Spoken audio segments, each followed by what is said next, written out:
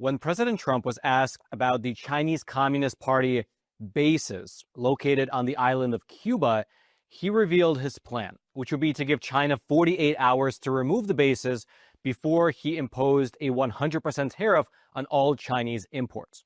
Here's specifically what President Trump said in an interview with Reuters.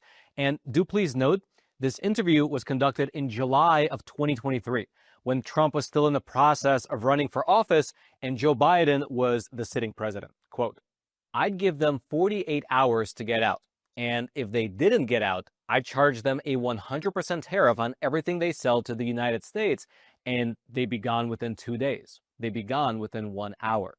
Now, ironically, since assuming office, President Trump did slap a 100% plus tariff on China, but he has yet to address the issue of Chinese spy bases located on the island of Cuba.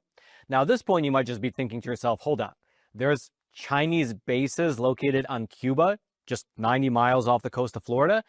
And the answer to that question is yes, there are several bases. However, at the moment, it only appears to be spying bases used for eavesdropping on American military communications located in the southern part of the US.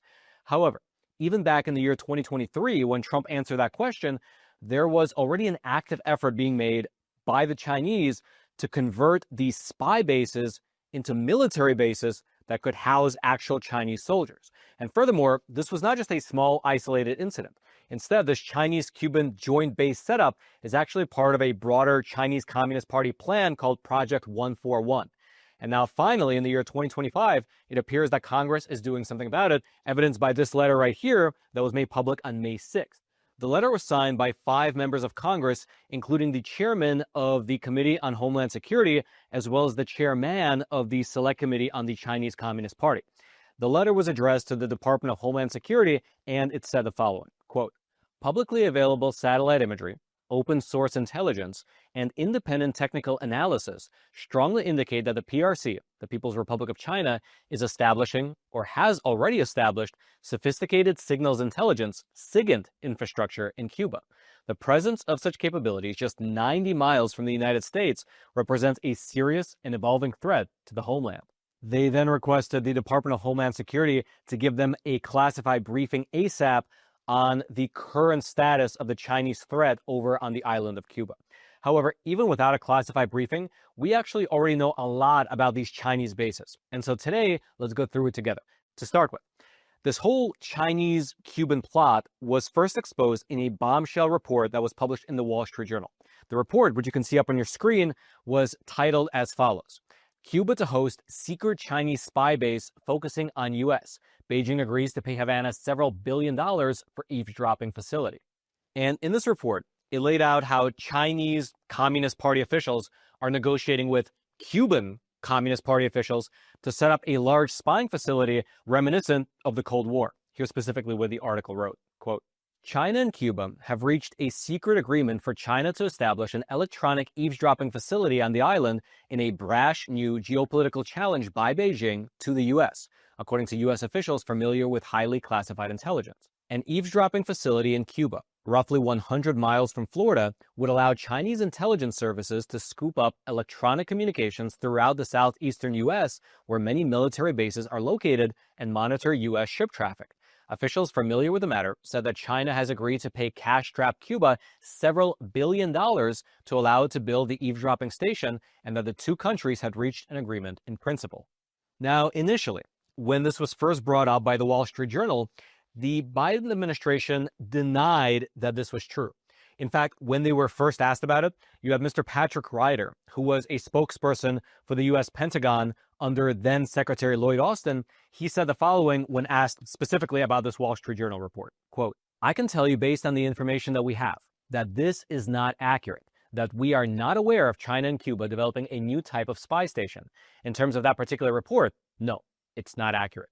However, just 2 days later, 2 days after the statement was made, the Biden White House reversed course, and they not only confirmed the accuracy of these negotiations as reported in the Wall Street Journal, but they also said that there's been a spy base in Cuba since at least 2019, although they claimed that the characterization in the Wall Street Journal article was inaccurate.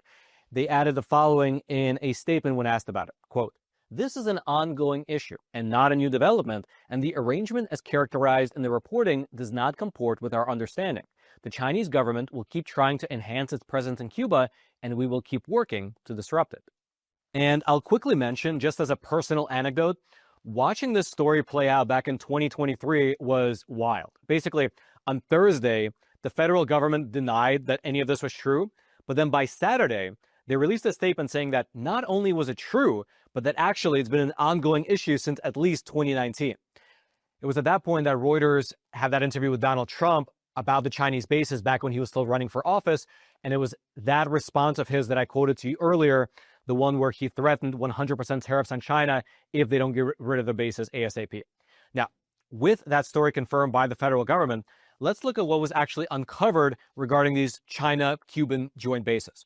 The Wall Street Journal, at that time, they found that China and Cuba were jointly operating 4 different eavesdropping stations on the island, listening in and intercepting American communications.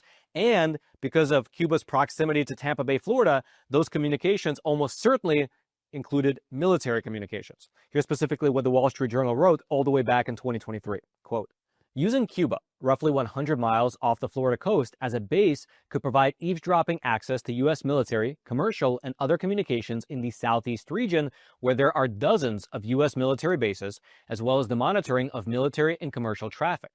The U.S. military's headquarters for U.S. Central Command, which oversees the Middle East and parts of Central and South Asia, and U.S. Special Operations Command are both in Tampa, Florida. U.S. Southern Command is based in Miami. And what they wrote in this initial report was later only confirmed to be true. In fact, a year later, on July 1st of 2024, you had the Center for Strategic and International Studies release a report. You can see it up on your screen. This report, which, by the way, is beautifully designed and laid out, in my opinion, it gave us a lot more details regarding the methodologies that they were likely using to collect American signals, as well as where these spy bases were actually located on the island of Cuba. Now, in regards to the methodology of spying, here's what the report wrote. Quote, signals intelligence, SIGINT, is a core element of modern spycraft. Intercepting signals transmitted by both civilian and military actors can provide countries with valuable information about their adversaries, competitors, and allies alike.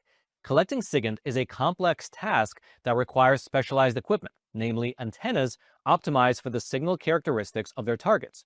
The size, number, orientation, and layout of these antennas determine their capabilities and function. And then right below that in the same report, they provide 4 different examples of how these antennas could physically be set up in order to collect data. You can have a single antenna.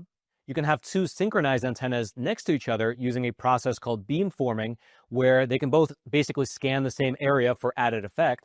Then you can also beamform with multiple antennas lined up one next to each other, not just 2. Or lastly, you can also organize the antennas into a grid. Each one of these different types of setups has their pluses and their minuses, but regardless of how these antennas are physically set up, the key point is that you need to be close to your target. This type of signals collection, it can only work when you're in proximity to the actual signals you're trying to collect. You cannot do it from across the globe, meaning China can't do it from mainland China. They have to be somewhere in close proximity to the military bases that they're trying to collect signals from, which is a point highlighted by this report. Quote, geography impacts the effectiveness of SIGINT. Over long distances, radio signals can become difficult to isolate from surrounding signal traffic. Radar transmissions generally require a direct line of sight to the target, leading to limitations caused by the curvature of the Earth and other physical obstacles. Cuba's proximity to the southern United States and the Caribbean makes it a prime location for collecting SIGINT on the region. For Beijing, having access to SIGINT capabilities in Cuba would open a significant intelligence window inaccessible from within Chinese territory. And what they wrote here becomes really obvious when you take a look at an actual map. Cuba is clearly in a good position to be able to capture signals from all of the American military installations that you see in Florida, in Georgia, as well as, of course, in Guantanamo Bay. And so, using their knowledge of antenna setups, these researchers pored over the publicly available satellite imagery, and they were able to actually locate the 4 spy stations on the island of Cuba. They are as follows. And by the way, I'll mention I do not speak Spanish, so if I mispronounce the names of these locations, I do apologize. The first spy station site was located in the town of Bujacal on the western side of Cuba, right outside the capital city of Havana. Looking at the satellite imagery, you can clearly see a field with 6 evenly spaced vertical antennas. The second site was located in El Salo, which showed ongoing construction for a control building in the center, as well as the foundations having been built for 16 equally spaced vertical antennas. Then you had another site located in Wajay on the northwest part of the island, and this site was found to have multiple antennas set up, including one batch of 3 antennas that were set up in an evenly spaced line formation. And then lastly, they were able to identify a spy station in Calabazar, a village located kind of in the center north part of the island, and there they were able to identify an antenna field with 2 horizontal antennas, one next to each other. By the way, if you want to, for yourself, pore over these satellite images, I will throw the PDF link to this slide that came out of this report. I'll throw it down into the description box below if you want to actually dig into the weeds for yourself. Now, this report that we've been going through, it was published in July of 2024. 5 months later, however, in December of 2024, a follow-up report was released, which contained evidence, including satellite images over time, showing that all 4 of these different spy stations have been developing further, with more construction, more antennas, as well as the building of what appears to be more underground facilities. And that more recently, just earlier this month, you had the Center for Strategic and International Studies release their most up-to-date report. You can see it up on your screen, wherein they wrote the following, quote, "Recent commercial satellite imagery shows new construction underway at a known Cuban signals intelligence SIGINT site near Havana. The addition of what appears to be a circularly disposed antenna array, otherwise known as a CDAA, at Bujikal would expand the site's capabilities to spy on the United States and other countries in the region." Now, up on your screen is an image of a CDAA. It basically looks like Stonehenge if Stonehenge was made out of antennas rather than stone blocks. And the site in question in Cuba that's getting upgraded with a CDAA is the Bujikal site near Havana. Here's specifically what the most recent report says in this matter. Quote, "New satellite imagery from April 16, 2025 shows major developments at the site in recent months.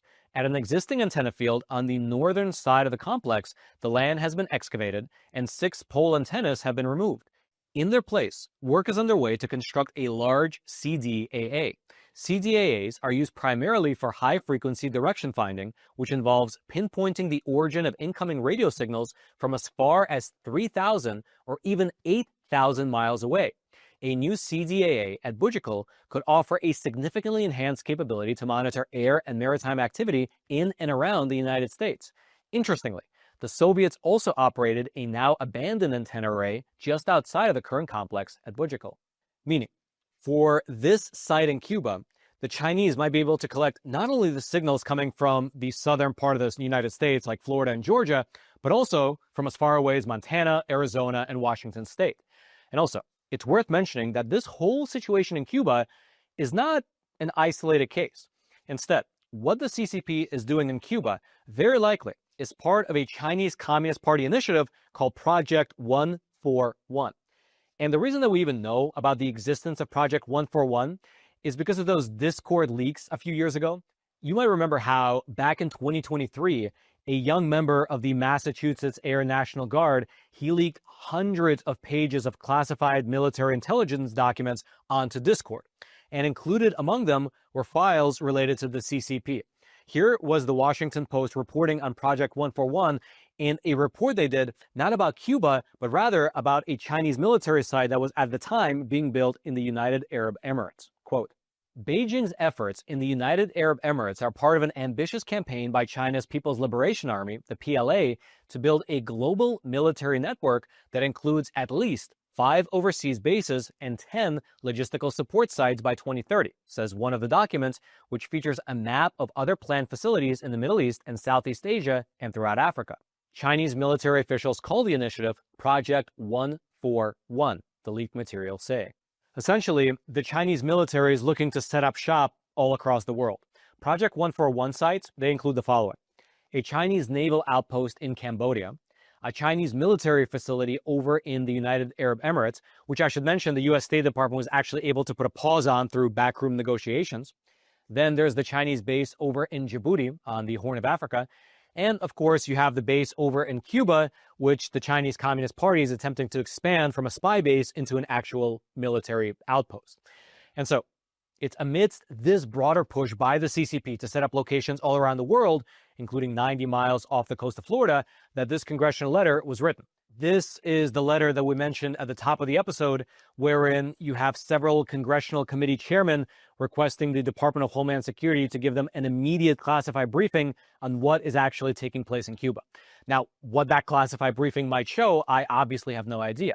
But what we know thus far is that at least 4 sites have been built in Cuba, with one of them getting a nice fat upgrade to antennas that can capture signals upwards of 8,000 miles away. And that's not sitting well with some congressmen like Cuban-born Representative Carlos Gimenez, who is a member on the Committee of Homeland Security. And he posted on Twitter recently that Cuba is only 90 miles away from his home district. And, well, here's what he's pushing the White House to do. Take a listen. I think the commander-in-chief should put maximum pressure on Cuba. There's things that I've asked the Trump administration to do. I've asked them to stop flights to Cuba, both in and out. I've asked them to stop remittances from the United States into Cuba that feeds the regime with billions of dollars. I've asked them to take action against those countries that are contracting with Cuba for doctors and nurses. By the way, those countries are actually contracting directly with Cuba. They pay Cuba directly. Those doctors and nurses aren't receiving those funds, and therefore this is modern-day slavery. Those are just 3 of the things we should be doing. We should be putting maximum pressure on Cuba because I believe the regime, it's at its weakest point in decades, and we need to take advantage of that. If you'd like to dig through any of these reports for yourself, I'll throw the links to all my research notes. You'll be able to find them down in the description box below. And if you're interested in this topic, I would really recommend going through these reports. They are well written, they are very, very well designed, and they do give you a nice scope of the size and capabilities of these spying bases, as well as how fast they're being built. Because from one report to the other, the satellite images, they basically show like the year-on-year progression, which is just very interesting. It's very fascinating to see how fast and how significantly the sites are being built up, meaning that it's not just something that happened in 2023 and we can forget about it. Actually, through time, the sites are getting bigger and more advanced, and they're able to capture more and more signals. So if you want to get deeper into it, I would highly recommend it, and I'll throw those links down in the description box below if you're the type of person that likes to dig into the weeds. And again, all I ask in return is that if you haven't already, smash those like and subscribe buttons so that this content can reach ever more people via the YouTube algorithm. And then until next time, I'm your host, Roman from the Epoch Times. Stay informed, and most importantly, stay free.